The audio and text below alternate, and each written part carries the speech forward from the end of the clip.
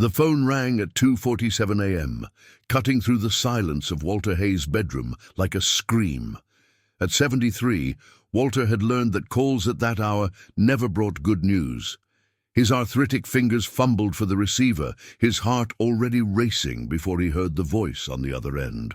"Mr. Hayes, this is Dr. Martinez at Children's Hospital of Philadelphia. I'm calling about your granddaughter, Sophie Chen." Walter sat up immediately, his mind snapping to full alertness despite having been deep in sleep moments before. Sophie was 8 years old, the light of his life, the daughter of his own daughter Emma, who had married David Chen 5 years ago. "What's wrong? Is she hurt?" "Sophie was brought in tonight with severe abdominal pain. We've run some tests and I'm afraid we need to discuss her condition with a family member. Are her parents available?" Walter's chest tightened. "What do you mean, are they available? They should be there with her." There was a pause on the other end of the line, and Walter could hear the careful tone medical professionals used when delivering difficult news. "Mr. Hayes, Sophie was brought in by a neighbor. According to the records, her parents are currently traveling out of the country. You're listed as her emergency contact." Walter felt the world tilt slightly. Emma and David had mentioned a business trip to Singapore, something about David's consulting firm expanding into Asian markets. But they'd assured Walter it was only for a few days, and that Sophie would be staying with their regular babysitter, Mrs. Rodriguez. "Where's Mrs. Rodriguez?" Walter asked, already reaching for his clothes with his free hand. "I'm not sure about the details, sir."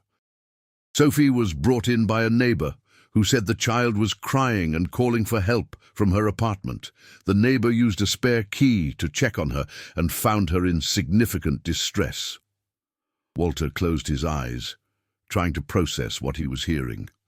His granddaughter had been alone, in pain, with no one to help her except a neighbor who happened to hear her crying. "What's wrong with her?" Walter asked, his voice rougher than he intended. "We suspect appendicitis, but we're running additional tests to confirm. Mr. Hayes, I need to be clear. If our diagnosis is correct, Sophie will need surgery tonight. We need consent from a legal guardian. I'm her grandfather. I have medical power of attorney for emergencies." Walter was already pulling on his pants, the phone cradled between his ear and shoulder. "I'll be there in 30 minutes. "Sir, it's nearly 3 a.m. Please drive carefully." Walter hung up and finished dressing quickly, his mind racing through a dozen scenarios, each one worse than the last. How long had Sophie been alone? How long had she been in pain before the neighbor heard her? Where exactly were Emma and David? And why weren't they answering their phones? The drive from Walter's house in the suburbs to Children's Hospital downtown usually took 45 minutes. But at 3 a.m. with empty roads, Walter made it in 28. He'd driven these streets for 50 years, first as a plumber running emergency calls, then later visiting friends and family, and finally making the heartbreaking trips to see his wife Margaret during her final illness 3 years ago.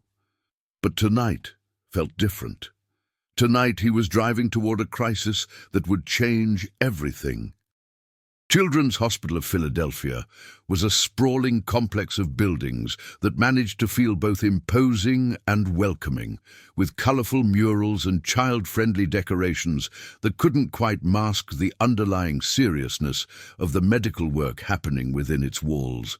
Walter had been here before, during Sophie's birth, and for routine visits, but never in the middle of the night.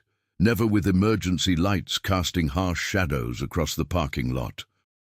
The emergency department was surprisingly busy for the early morning hours. Walter identified himself at the registration desk and was immediately escorted through a maze of corridors to the pediatric wing. The nurse who guided him was a young woman named Jessica, who spoke in the gentle, professional tone that all pediatric healthcare workers seem to master. "Sophie's been very brave," Jessica told Walter as they walked. "She's scared, of course, but she's been asking for her grandpa since she arrived. She said you'd know what to do." Walter felt his throat tighten. Sophie had always been close to him, ever since Emma and David had moved back to Philadelphia 5 years ago. Walter had become the steady presence in her life, while her parents built their careers, the one who picked her up from school when they were working late, who taught her to ride a bike in his driveway, who made pancakes shaped like dinosaurs on Sunday mornings. "Has anyone been able to reach her parents?" Walter asked as they approached Sophie's room. Jessica hesitated. "The social worker has been trying. The numbers on file aren't connecting, and the hospital's international calling system is having some issues. We're still working on it." They stopped outside a door marked Pediatric Emergency 7, and Walter could hear a small voice inside talking to someone, probably a nurse. His granddaughter's voice, thin with pain, but trying to be brave. "She's been asking if she did something wrong," Jessica said quietly. "Children sometimes think they caused their illness somehow." The child psychologist spoke with her briefly, but what she really needs is family. Walter nodded, straightening his shoulders and preparing to be the calm, reassuring presence that Sophie needed. Whatever was happening with Emma and David could be sorted out later. Right now, his granddaughter needed him. He knocked gently on the door and pushed it open. Sophie was lying in a hospital bed that seemed enormous around her small frame, connected to an IV and wearing a hospital gown decorated with cartoon animals. Her dark hair was spread across the pillow, and her face was pale but alert. When she saw Walter, her eyes immediately filled with tears of relief. "Grandpa," she called out, extending her arms toward him. Walter moved to her bedside quickly, leaning down to embrace her carefully, mindful of the medical equipment and her obvious discomfort. "I'm here, sweetheart," he said, smoothing her hair back from her forehead. "Grandpa's here now." Sophie held onto him tightly, her small arms wrapped around his neck as if she was afraid he might disappear. "My tummy hurts really bad, Grandpa," she whispered against his ear, "and Mommy and Daddy aren't here. Mrs. Rodriguez left yesterday and didn't come back." Walter felt a surge of anger at Emma and David that he forced himself to suppress. Whatever had happened, whatever miscommunication or emergency had left Sophie alone, could be dealt with later. Right now, his granddaughter needed his full attention. "I know it hurts, honey," Walter said, settling into the chair beside her bed while keeping one hand on her small one. "But the doctors here are going to take very good care of you. They're the best doctors in the whole city. Are you going to stay with me?" Sophie asked, her voice small and uncertain. "I'm not going anywhere," Walter promised. "Grandpa's going to stay right here until you're all better." A knock on the door interrupted them, and Dr. Martinez entered, a woman in her 40s with kind eyes and the confident bearing of someone who'd delivered difficult news to families many times before. "Mr. Hayes, I'm Dr. Martinez. Thank you for coming so quickly." Walter stood to shake her hand, noting how Sophie's grip on his other hand tightened when she saw the doctor. "What can you tell me about Sophie's condition?" Dr. Martinez glanced at Sophie, then back at Walter. "Perhaps we could step outside for a moment to discuss the details." "No," Sophie said immediately, her voice stronger than it had been since Walter arrived. "I want Grandpa to stay here. I don't want to be alone anymore." Dr. Martinez looked at Walter, who nodded. "She's been alone enough tonight. Whatever you need to tell me, you can say it here. Sophie's a smart girl. She can handle the truth." The doctor pulled up a second chair and positioned herself where Sophie could see her face clearly. "Sophie, the tests we ran show that you have something called appendicitis. That means a small part of your intestine called your appendix is inflamed and making your tummy hurt. The good news is that we can fix this with a surgery that we do all the time here." Sophie looked at Walter with wide eyes. "Surgery means they cut you open, right?" "It's a very small surgery," Dr. Martinez explained. "We make tiny cuts and use special tools to remove the appendix. You'll be asleep the whole time, and when you wake up, the pain will be gone. "Will Grandpa be here when I wake up?" Sophie asked. "I'll be right here," Walter assured her. "I promise, Doctor." Martinez explained the procedure in terms that Sophie could understand, while providing Walter with the more detailed medical information he needed to give consent. The surgery was relatively routine, but it needed to happen within the next few hours to prevent complications. As they prepared Sophie for surgery, Walter found himself thinking about the phone calls he needed to make, the explanations he would demand from Emma and David, and the conversations that would need to happen about how an 8-year-old child had ended up alone and in medical crisis. But those concerns faded as Sophie reached for his hand one more time before being wheeled into the operating room.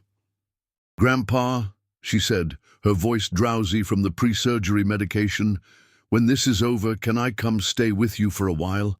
I don't want to be alone anymore." Walter squeezed her hand gently. "We'll figure everything out, sweetheart. But yes, you can stay with Grandpa as long as you need to." As the surgical team wheeled Sophie away, Walter settled into the waiting room chair and pulled out his phone. It was time to find out exactly where Emma and David were, and why they had left their daughter alone in a situation that could have cost her life. But first, he had a more important call to make, to his lawyer, about establishing more formal guardianship arrangements for Sophie, because after tonight, Walter was never again going to let his granddaughter be left without someone who would put her safety and well-being first. The hospital waiting room clock showed 4:23 a.m., and Walter Hayes was just beginning to understand how completely this night was going to change his life. The surgery took 2 hours and 14 minutes. Walter knew because he'd watched every minute tick by on the waiting room clock while making increasingly frantic attempts to reach Emma and David. Their phones went straight to voicemail, and the numbers for their hotel in Singapore either didn't connect or rang endlessly without answer. At 6:37 a.m., Dr. Martinez emerged from the surgical suite with the kind of tired smile that indicated good news delivered after a long night. "The surgery went perfectly," she told Walter, settling into the chair beside him. "Sophie's appendix was inflamed, but hadn't ruptured, so we caught it in time.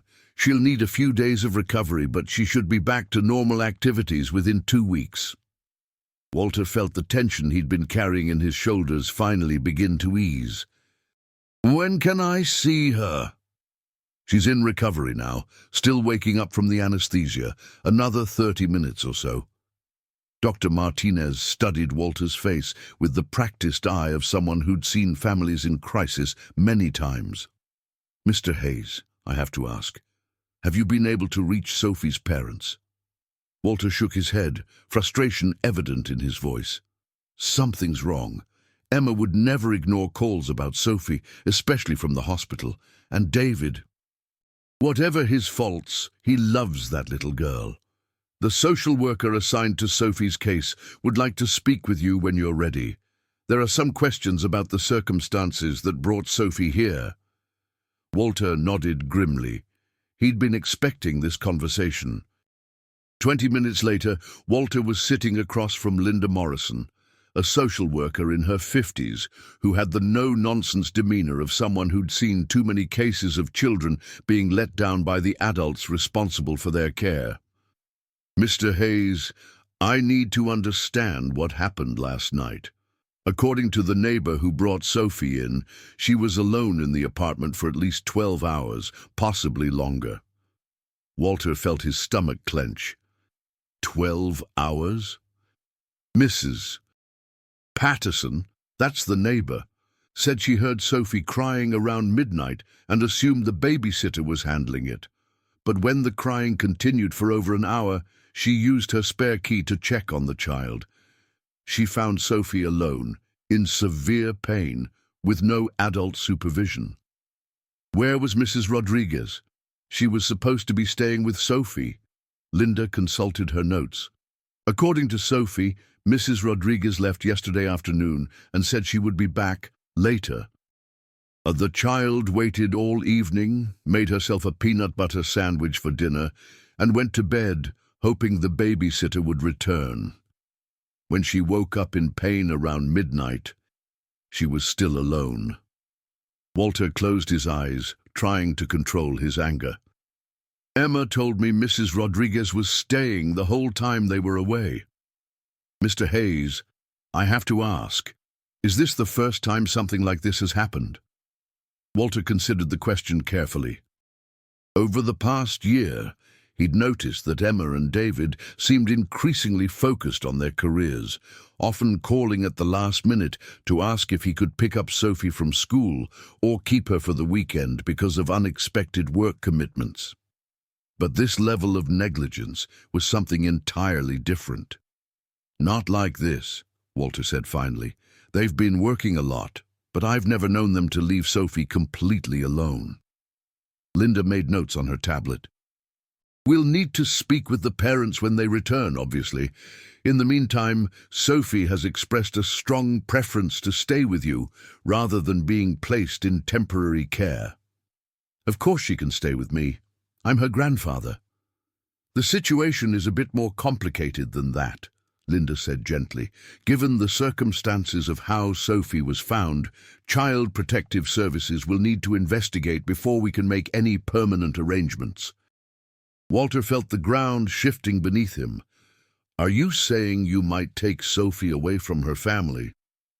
I'm saying we need to ensure her safety and well-being are protected. Right now, you're the only family member available, and Sophie clearly trusts you, but we'll need to formalize the arrangement and complete a safety assessment. When Walter was finally allowed into Sophie's recovery room, he found her awake, but groggy, her eyes searching the room until they found his face. "Grandpa," she said, her voice hoarse from the breathing tube, "did they fix my tummy?" "All fixed," Walter assured her, taking her hand carefully. "The doctor said you were very brave."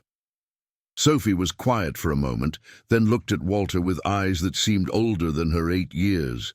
"Grandpa, am I in trouble?" "Why would you be in trouble, sweetheart?" "Because Mommy and Daddy are going to be mad that I got sick while they were gone. And Mrs. Rodriguez left because I was bad."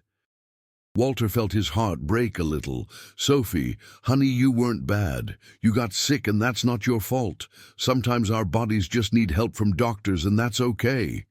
But Mrs. Rodriguez said I was too much work. She said I asked too many questions and need too much attention." Sophie's eyes filled with tears.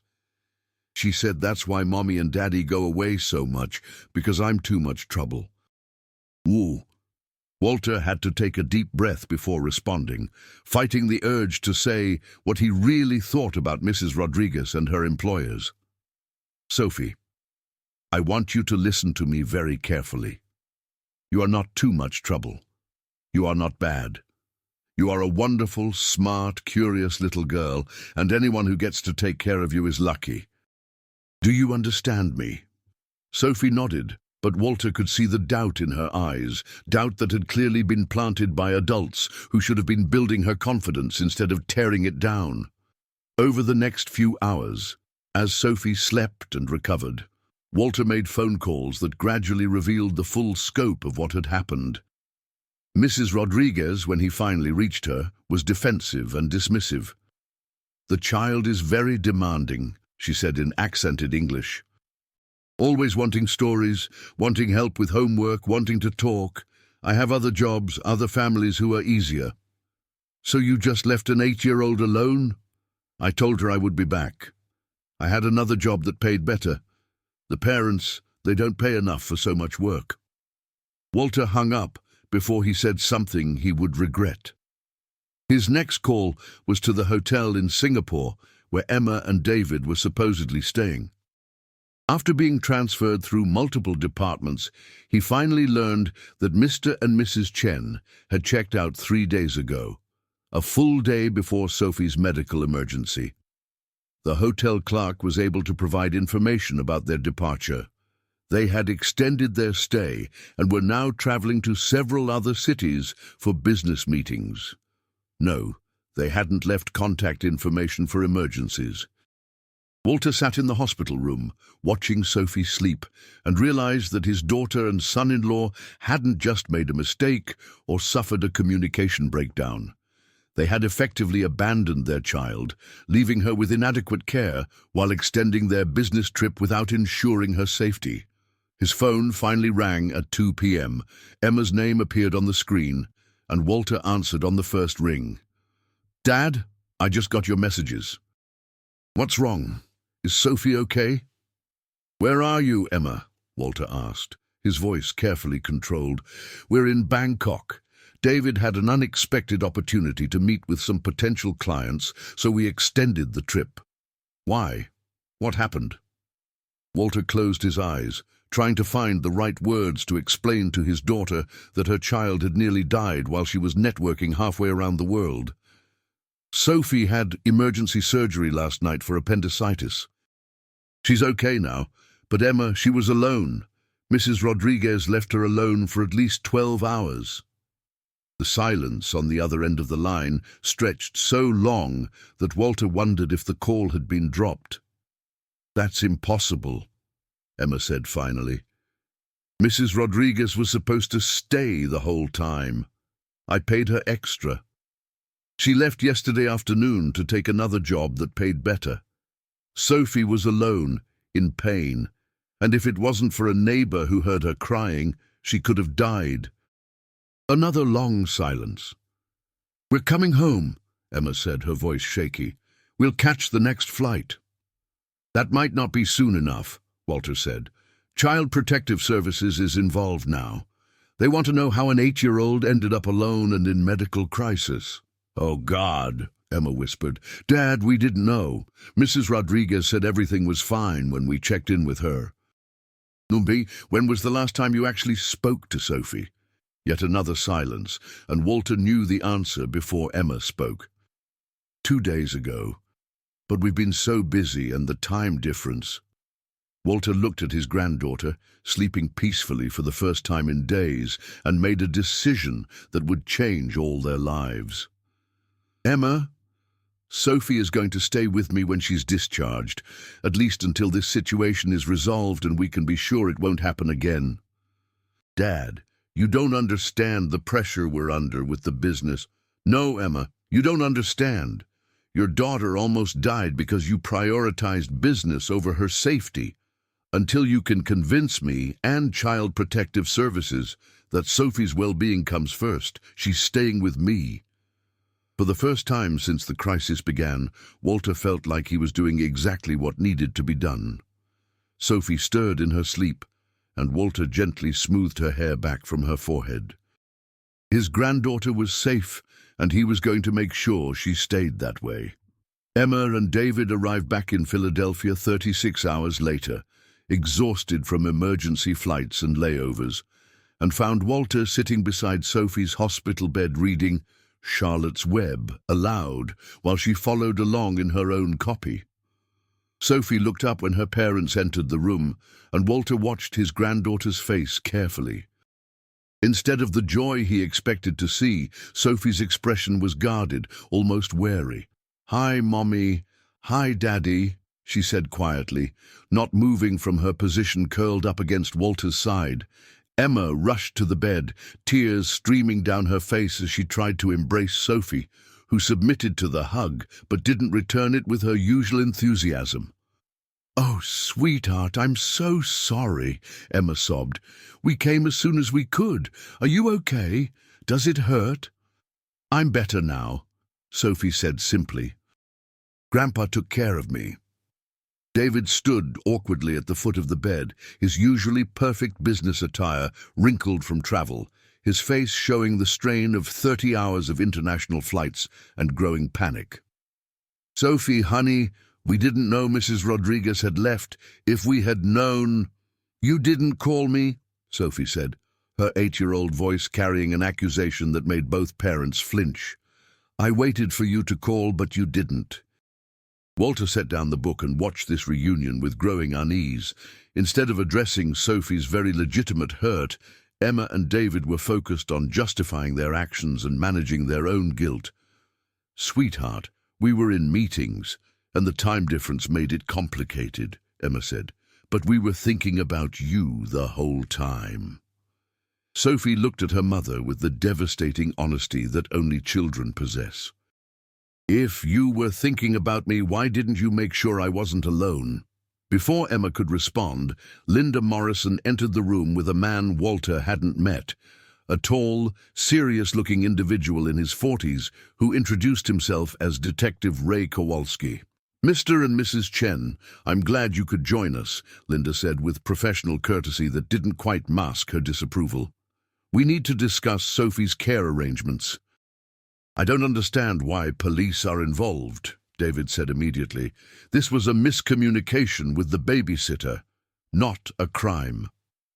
Detective Kowalski pulled out a notebook. Mr. Chen, leaving a child under the age of 10 alone for extended periods constitutes child endangerment under Pennsylvania law. We need to understand exactly what happened and why. Walter suggested that Sophie might be more comfortable in the playroom down the hall while the adults talked, but she shook her head firmly. I want to stay with Grandpa, she said. I don't want to be alone. The conversation that followed was painful to witness. Under questioning, Emma and David revealed a pattern of behavior that painted a picture of parents who had gradually prioritized their business success over their daughter's needs. They admitted that Mrs. Rodriguez had complained about Sophie being difficult and had threatened to quit several times. They acknowledged that they hadn't spoken directly to Sophie in 2 days, relying instead on brief text exchanges with the babysitter. They confirmed that they had extended their trip without ensuring adequate childcare arrangements. Most damaging was David's admission that they had considered Sophie old enough to be more independent and had been leaving her alone for short periods even before this trip. How long is short periods? Detective Kowalski asked. David shifted uncomfortably. An hour or two while we ran errands. She's very mature for her age. Walter watched Sophie during this conversation, noting how she seemed to shrink smaller with each revelation. His granddaughter was learning that her parents had been systematically neglecting her safety and then lying about it. Linda Morrison had been taking detailed notes throughout the conversation. When the questioning concluded, she addressed the elephant in the room. Mr. and Mrs. Chen, based on what we've learned, Child Protective Services will be opening a formal investigation. Sophie cannot return to your care until we complete our assessment and determine what safeguards need to be in place. You can't take our daughter away, Emma said, her voice rising with panic. We're not taking her away, Linda replied calmly. We're ensuring her safety.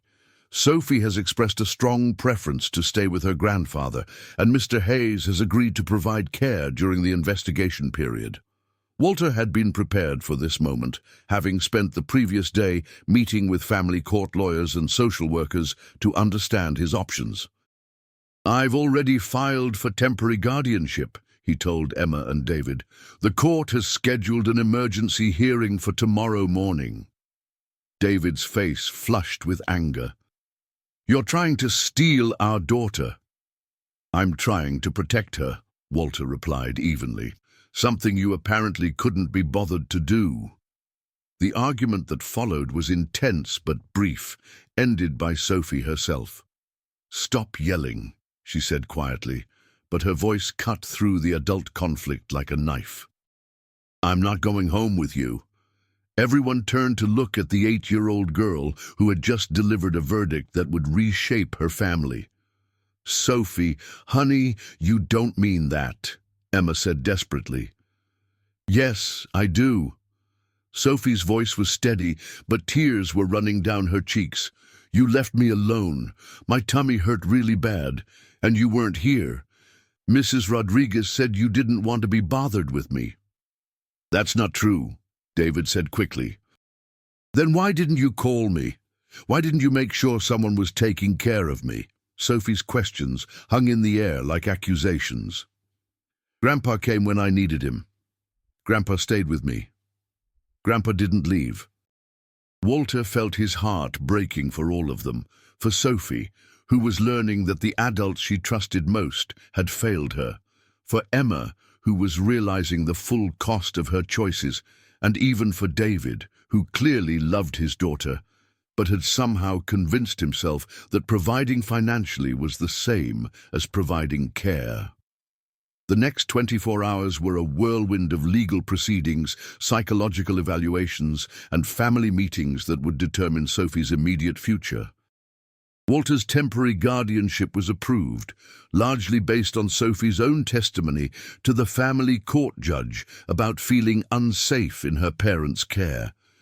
Emma and David were granted supervised visitation while they completed parenting classes and demonstrated their commitment to prioritizing Sophie's needs.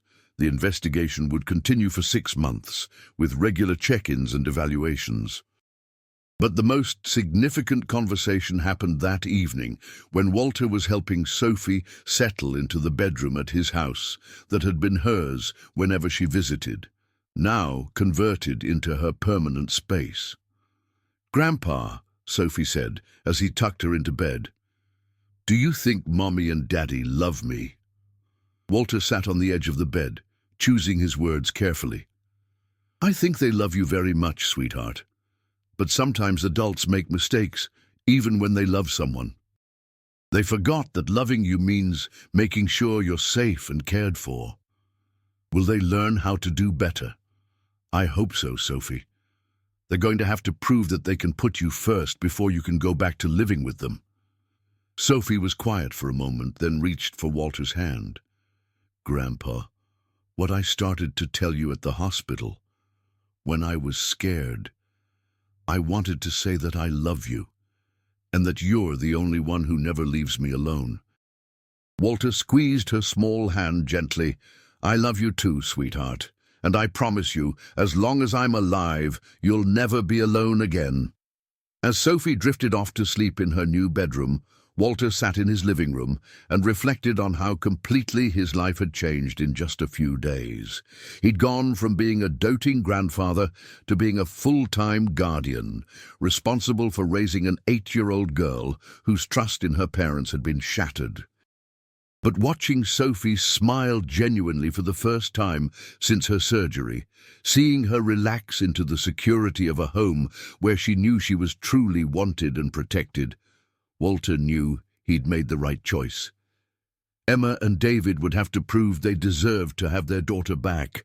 Until then, Sophie was exactly where she belonged, with someone who understood that love without responsibility was just a word, and that a child's safety and security should never be negotiable.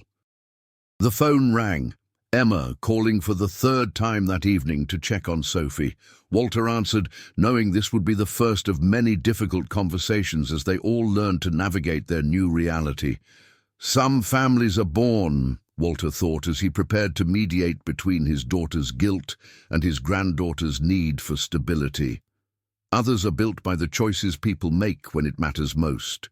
He'd made his choice. Now it was time to help Sophie heal and give Emma and David the chance to prove they could make better ones. 6 months later, Walter stood in the family courtroom watching his daughter Emma take the oath to testify in the hearing that would determine Sophie's permanent custody. In the months since Sophie's medical crisis, everyone's life had been transformed in ways both profound and unexpected. Sophie, now 9 years old, sat quietly beside Walter at the plaintiff's table, her small hand resting confidently in his. She'd grown 3 inches during her time with Walter, and her face had lost the perpetual worry lines that had become so noticeable in the months before the hospital incident. She was still the bright, curious child she'd always been, but now she carried herself with the security of someone who knew, without doubt, that she was truly wanted and protected. Emma looked different too. The high-powered business executive who had prioritized client meetings over her daughter's phone calls had been replaced by someone who seemed smaller, more uncertain, but also more genuinely present.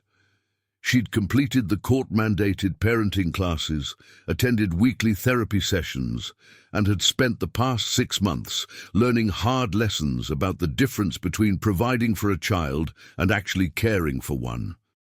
David sat in the gallery behind Emma, his expensive suits replaced by more casual clothing that suggested a man who was no longer trying to impress clients 18 hours a day.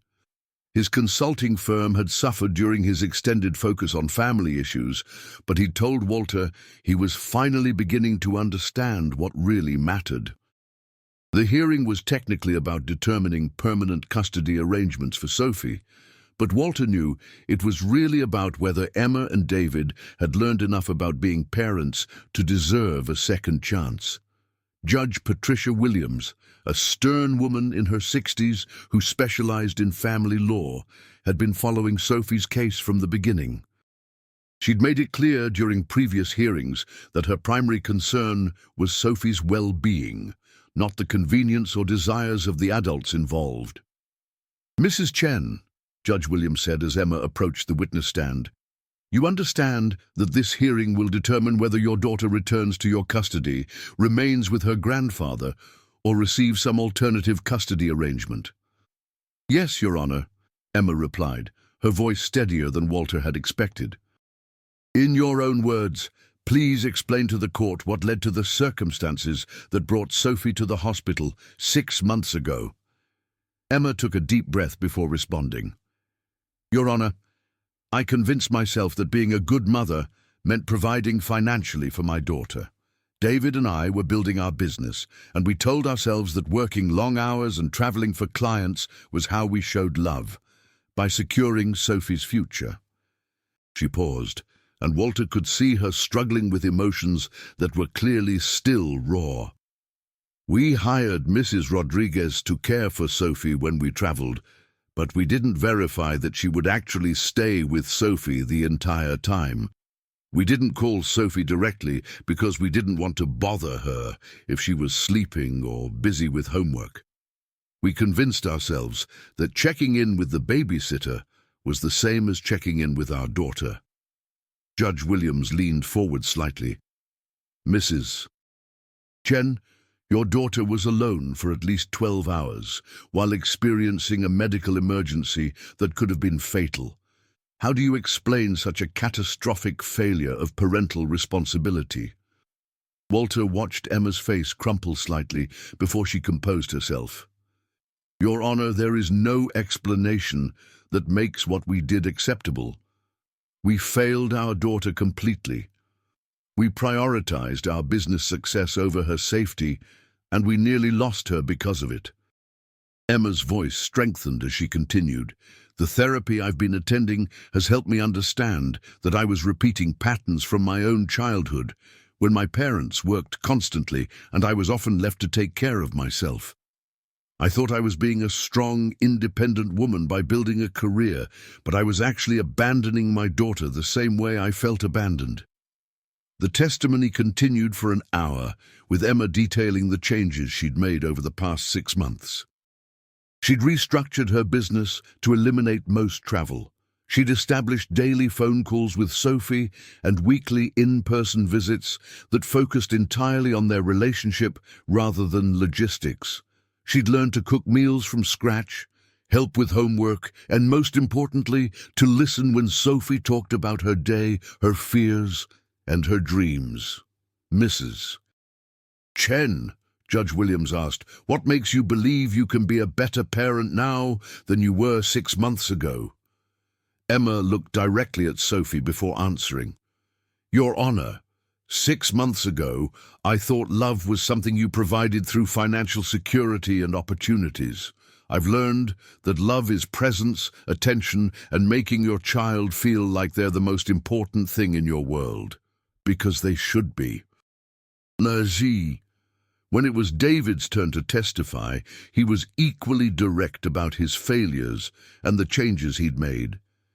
He'd scaled back his consulting practice, moved to a smaller apartment to reduce financial pressure, and spent months learning to connect with Sophie on an emotional level rather than just providing material needs. "Mr. Chen," the judge asked. Your stepdaughter has expressed reluctance about returning to your care. What would you say to her if you could speak directly to her now? David looked at Sophie, his eyes bright with unshed tears. I would say that I'm sorry I made you feel like you weren't important enough to call every day. I'm sorry I made you